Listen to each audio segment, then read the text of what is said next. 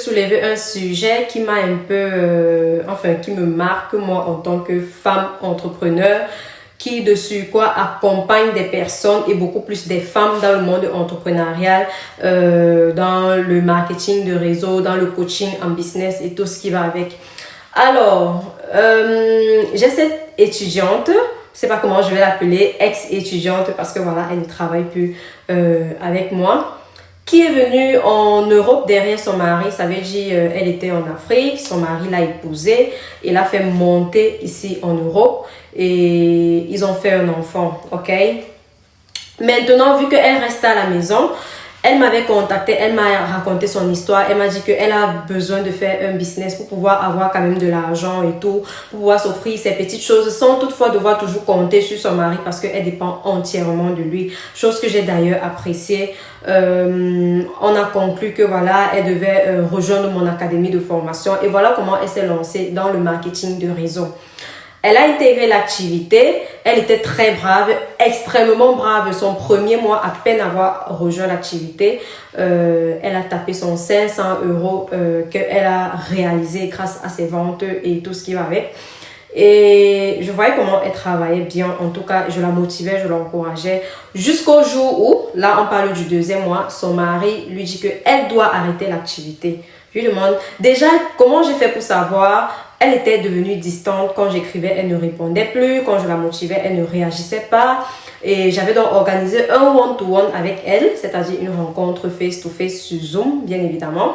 Et on a pu échanger. Elle s'est ouverte. Elle m'a dit que voilà ce qui se passe. Mon mari m'interdit de continuer de faire l'activité parce que ça me met en contact avec des personnes. Il faut savoir que le marketing relationnel ou encore appelé le marketing de réseau ou encore le network marketing est une activité qui te met quand même en contact avec des personnes.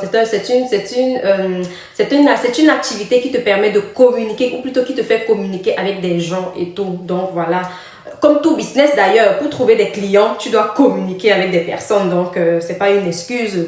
Donc, son mari, pour revenir au sujet, lui a interdit de continuer l'activité. Je lui demande pourquoi.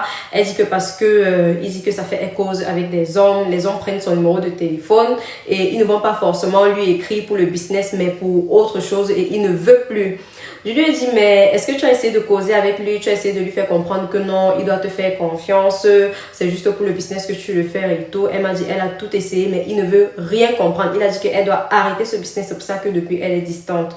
Je lui ai dit, bon, propose-lui alors de gérer ton téléphone en fait. Si tu n'as rien à te reprocher, tu lui proposes de gérer ton téléphone, c'est-à-dire voilà, tu achètes une puce spécialement pour le business et c'est lui qui gère cette puce-là. S'il veut même répondre aux messages, j'étais un peu dans la bulle en disant ça, mais je voulais vraiment trouver des solutions pour elle parce qu'elle était inconsolable. Donc, s'il veut même gérer cette puce, répondre aux messages et te revenir seulement quand tout est conclu, il n'y a pas de souci, mais essaye de lui faire cette proposition-là. Il n'a rien voulu comprendre jusqu'à ce qu'elle a laissé tomber. Je lui ai dit, malheureusement, moi, je ne peux rien pour toi, c'est ton mari et c'est sa décision. Et je ne vais pas te demander d'aller à l'encontre de sa décision. Donc, voilà, tu fais comme tu penses. Et c'est dommage parce que tu es talentueuse. À peine entrée dans l'activité, j'ai vu l'engouement que tu avais et tout.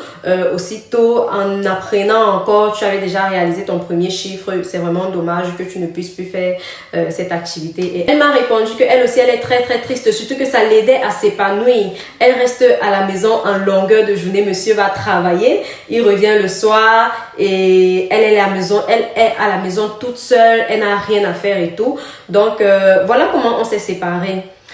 Elle n'est pas la seule personne avec qui je rencontre ce genre de cas. Malheureusement, j'ai eu pas mal de femmes qui se sont retrouvées en train de laisser le business, de laisser l'entrepreneuriat à cause de leur compagnon qui leur interdit formellement de faire toute activité qui va les mettre en contact avec des personnes. J'ai eu des cas comme ça.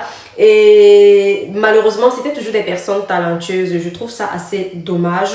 Vous, dans mon cas, dans cette situation, comment est-ce que vous allez réagir? Est-ce que vous allez inciter la personne peut-être à désobéir à son partenaire, à s'entêter et à faire quand même l'activité? Ou vous allez lui demander de laisser complètement tomber et de lui obéir? Comment vous allez pouvoir la conseiller pour qu'elle puisse retrouver toujours cet épanouissement-là qu'elle trouvait en faisant du business? J'ai été vraiment très ameurtrie par cette